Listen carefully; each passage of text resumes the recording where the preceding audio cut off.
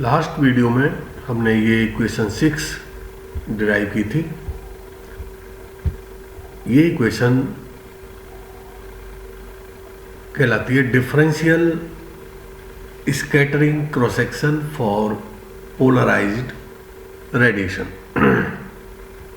इसमें ये जो टर्म है, ये टर्म डिफरेंशियल क्रॉस सेक्शन को कम करती है due to the motion of electron.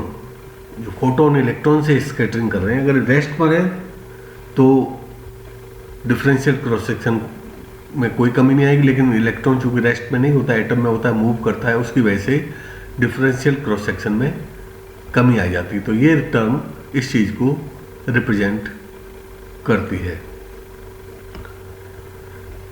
ये जो लास्ट टर्म है साइन स्क्वायर जाई, ये क्लासिकल कंपोनेंट है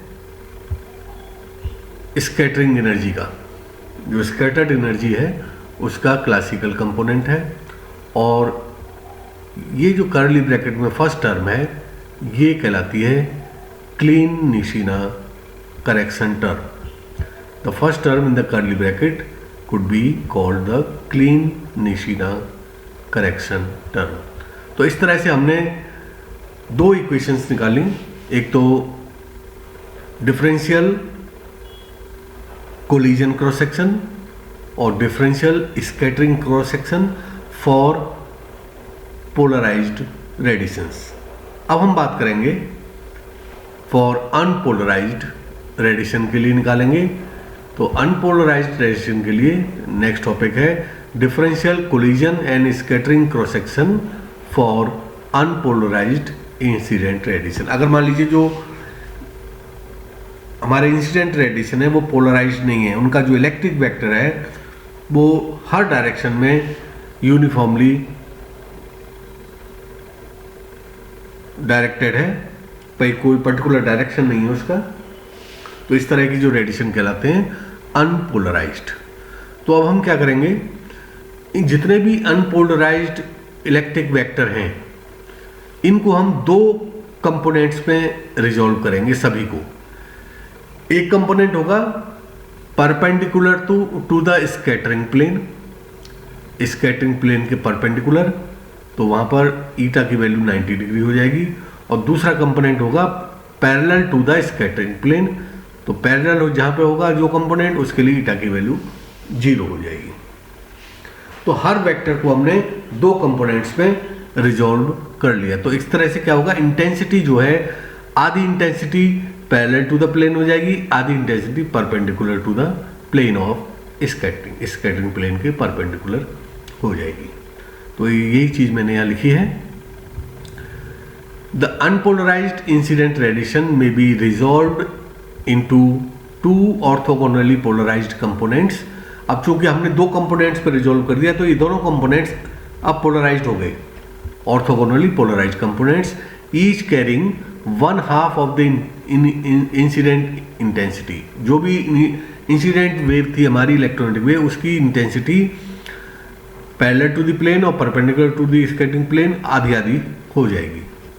We choose the orientation of these two components in such a way that one lies perpendicular to the scattering plane। जो component scattering plane के perpendicular होगा उसके लिए ईटा 90 हो जाएगा, 90 degree, while the other parallel to it, यानी जो scattering plane के पैरेलल कंपोनेंट होगा उसके लिए ईटा 0 हो जाएगा। जो ईटा एंगल है वो स्कैटरिंग प्लेन से नापते हैं हम। ईटा क्या था फिगर में देखिए, स्कैटरिंग प्लेन और इंसिडेंट प्लेन के बीच का एंगल था ईटा। लेकिन यहाँ पे हमने कंपोनेंट्स को रिजॉल्व किया है, तो एक कंपोनेंट है पैरेलल टू द प्लेन, एक है परपेंडिकुलर टू द प्लेन। तो परपेंडिकुलर टू द प्लेन के लिए eta 90, parallel to the plane के लिए eta 0। Then the differential collision cross section for incident unpolarised radiation when the scattered photon, जिसकी energy कितनी है h nu dash, goes into the solid angle d omega is equal to 2 pi sine theta D theta. ये कैसे निकालते हैं इसको बता दूंगा। डी ओमेगा आपने बीएससी बुक्स में देखा होगा, d omega element of solid angle की value 2 pi sine theta D theta होती है। तो जो हमारा स्कैटरिंग कोलिजन क्रॉस सेक्शन है वो दो पार्ट्स में हो गया। एक परपेंडिकुलर टू द, जितने भी इलेक्ट्रिक वेक्टर थे हमने उसको रिजॉल्व किया perpendicular to the plane of scattering और parallel to the plane of scattering. तो जो हमारी इक्वेशन 3 थी उसमें ईटा, एक बार ईटा की जगह 0 रख देंगे और सिग्मा को 1/2 कर देंगे, डी सिग्मा को, और एक बार eta is equal to 90 degree रखेंगे और उसको हाफ कर देंगे, फिर दोनों को हम ऐड कर लेंगे। तो ऐड करने के बाद हमको जो फाइनली जो एक्सप्रेशन मिलती है वो ये एक्सप्रेशन है जो इक्वेशन नंबर 7 में दी हुई है। आप रफ में कैलकुलेट, इक्वेशन 3 में पहले तो ईटा 90 रखना और हाफ कर देना, फिर ईटा 0 रखना और हाफ कर देना, फिर दोनों को ऐड कर देना, तो ये एक्सप्रेशन हमको मिल जाएगी। तो ये है differential collision cross section for unpolarised radiation. लेकिन अगर हम इसको इंटीग्रेट कर दें फ्रॉम 0 टू पाई तो ये टोटल या एवरेज कोलिजन क्रॉस सेक्शन हो जाएगा। और ये टोटल जो एवरेज कोलिजन क्रॉस सेक्शन होता है, चाहे इसमें पोलराइज्ड रेडिएशन लें चाहे अनपोलराइज्ड लें, दोनों के लिए सेम होता है। The average collision cross section is same for polarised and unpolarised incident radiation. अब इसको इंटीग्रेट करने के लिए इस एक्सप्रेशन को, इक्वेशन 7 को हम यहाँ इंटीग्रेट करेंगे, सिग्मा की डी सिग्मा की वैल्यू यहाँ रखेंगे इक्वेशन 7 से, फिर उसको इंटीग्रेट करेंगे over all values of theta. उसके बाद डी ओमेगा की जगह 2 pi sine theta D theta substitute करेंगे और new dash upon nu zero की वैल्यू जो थी कितनी थी 1/1 plus alpha 1 minus cos theta, वो सब्स्टिट्यूट करेंगे और उसके बाद इंटीग्रेट करेंगे। तो फाइनली हमको ये एक्सप्रेशन इंटीग्रेट करने के बाद मिलती है। ये डायरेक्ट वैल्यू इसकी याद करनी पड़ेगी आपको, सिग्मा इज इक्वल टू, ये टोटल कोलिजन क्रॉस सेक्शन है, ये दोनों के लिए सेम होगा, चाहे पोलराइज्ड रेडिएशन हो चाहे अनपोलराइज्ड हो। 2 पाई r0 स्क्वायर ब्रैकेट में 1 plus alpha upon alpha square big bracket square bracket 2 alpha plus 1 plus alpha upon 1 plus 2 alpha minus 1 over alpha natural log 1 plus 2 alpha square bracket close plus 1/2 alpha natural log 1 plus 2 alpha minus 1 plus 3 alpha upon 1 plus 2 alpha whole square. ये कहलाता है total collision cross section, whether it is polarised radiation और unpolarised radiation. अगर alpha की value small हो, for small values और alpha, ये equation 8 convert हो जाती है इक्वेशन 9 में। इस तरह से sigma is equal to 8 pi upon 3 r0 square bracket में 1 minus 2 alpha plus 5.2 alpha square minus 13.3 alpha cube plus इस तरह से ये सीरीज बनेगी। तो ये कहलाता है कोलिजन क्रॉस सेक्शन। ये जो इक्वेशन हमारी 7 थी ये थी differential collision cross section for unpolarised radiation. अब आता है scattering cross section, differential scattering cross section for unpolarised radiation. तो ये क्या था, differential collision cross section equation 7 for unpolarised radiation. अब differential scattering cross section for unpolarised radiation को निकालने के लिए क्या करेंगे हम, जो हमारा इंसिडेंट फोटोन था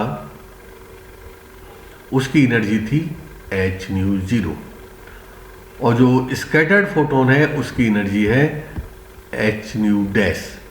तो कितना फ्रैक्शन ऑफ एनर्जी स्कैटर हुआ, h डैश अपॉन h0, इतना फ्रैक्शन, इसमें से h और h कैंसिल हो जाएगा। तो जो फ्रैक्शन ऑफ एनर्जी स्कैटर्ड कितनी हो जाएगी, न्यू डैश अपॉन न्यू 0।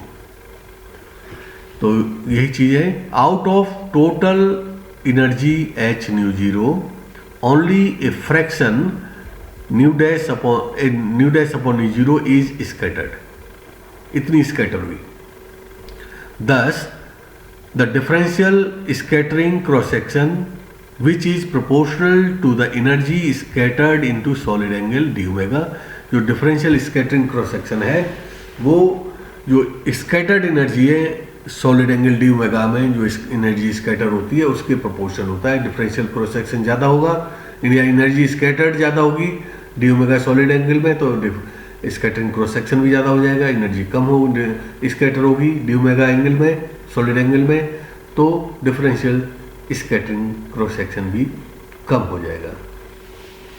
तो इसको हम इस तरह से कर सकते हैं, जो हमारा डिफरेंशियल कोलिजन क्रॉस सेक्शन था उसको हम new dash upon nu zero से मल्टीप्लाई कर देंगे तो हमें डिफरेंशियल स्कैटरिंग क्रॉस सेक्शन मिल जाएगा, ठीक है ना, क्योंकि ये फ्रैक्शन ऑफ एनर्जी क्या है, scattered into solid angle d omega, तो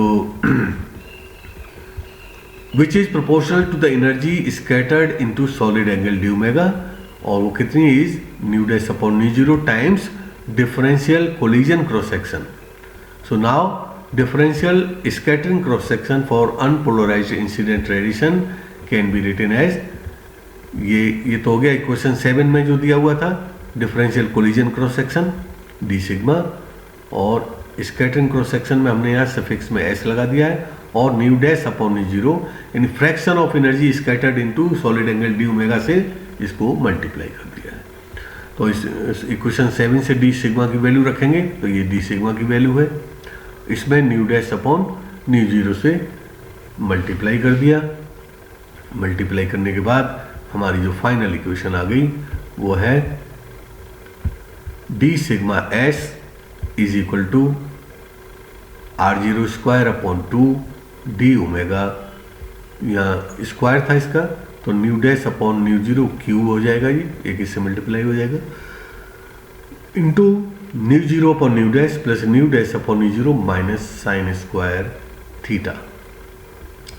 इसमें जो अंदर nu dash upon nu zero है या nu zero upon nu dash है इनकी वैल्यू रखेंगे। Nu dash upon nu zero होता है 1 over L 1 plus alpha 1 minus cos theta, तो nu zero upon nu dash हो जाएगा 1 plus alpha 1 minus cos theta minus sine square theta. इसका तीनों का इन दोनों का एलसीएम ले लेंगे 1 plus alpha 1 minus cos theta, तो यह पहली टर्म हो जाएगी 1 plus alpha 1 minus cos theta का होल स्क्वायर, तो होल स्क्वायर को खोलेंगे तो क्या हो जाएगा 1 का square 1 alpha 1 minus cos theta का square alpha square into 1 minus alpha 1 minus cos theta square plus 2 into A B, तो 2 एल्फा 1 माइनस कॉस थीटा और इसका ये 1 आ जाएगा, ठीक है। तो ये 1 और 1 2 हो जाएंगे, ठीक है ना।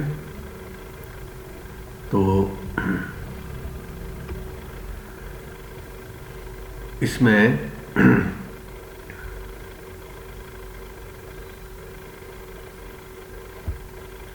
देखिए ये 2 हो गया 1 और 1 2 हो गए, 2 plus 2 alpha 1 minus cos theta, इसमें से अगर 2 कॉमन ले लें तो ब्रैकेट में रह जाएगा 1 plus alpha 1 minus cos theta, तो इस 1 plus alpha 1 minus cos theta से इसको अगर डिवाइड कर देंगे हम तो इसकी जगह पे आ जाएगा ये 2 आ जाएगा, बाकी केवल ये रह जाएगा यहाँ पर ऊपर alpha square 1 plus cos theta square, तो alpha square 1 minus cos theta square upon 1 plus alpha 1 minus cos theta. ये 2 किस वजह से आया है, क्योंकि देखिए ये 3 टर्म, ये लास्ट वाली ये टर्म और ये 1, इसको यहाँ ऐड कर दो 1 को तो ये हो जाएगा 2 plus 2 alpha 1 minus cos theta, और ये है 1 plus 1 alpha 1 minus cos theta, इससे ये डिवाइड हो जाएगा 2 टाइम्स, ठीक है ना। और साइन स्क्वायर थीटा को लिख लिया हमने 1 माइनस कॉस स्क्वायर थीटा। अब आगे चलते हैं, तो यह क्या हो जाएगा, ये 1 से 1 कैंसिल हो जाएगा, तो 1 प्लस कॉस स्क्वायर थीटा हो गया जी, 1 प्लस कॉस स्क्वायर थीटा ये आ गया 1 प्लस कॉस स्क्वायर थीटा, और इस 2 को इसके नीचे ले आए हम, तो ये जाएगा 1 plus cos square theta upon 2, एक चीज़ तो ये हो गई। यहाँ रह गया r0 square d omega, r0 square d omega, इसकी वैल्यू रख दी, nu dash upon nu zero की वैल्यू होती है 1/1 plus alpha 1 minus cos theta cube, यहाँ क्यूब है तो ये क्यूब लगा दिया, ये वैल्यू आएगी। अब क्या बचा, ये बचा।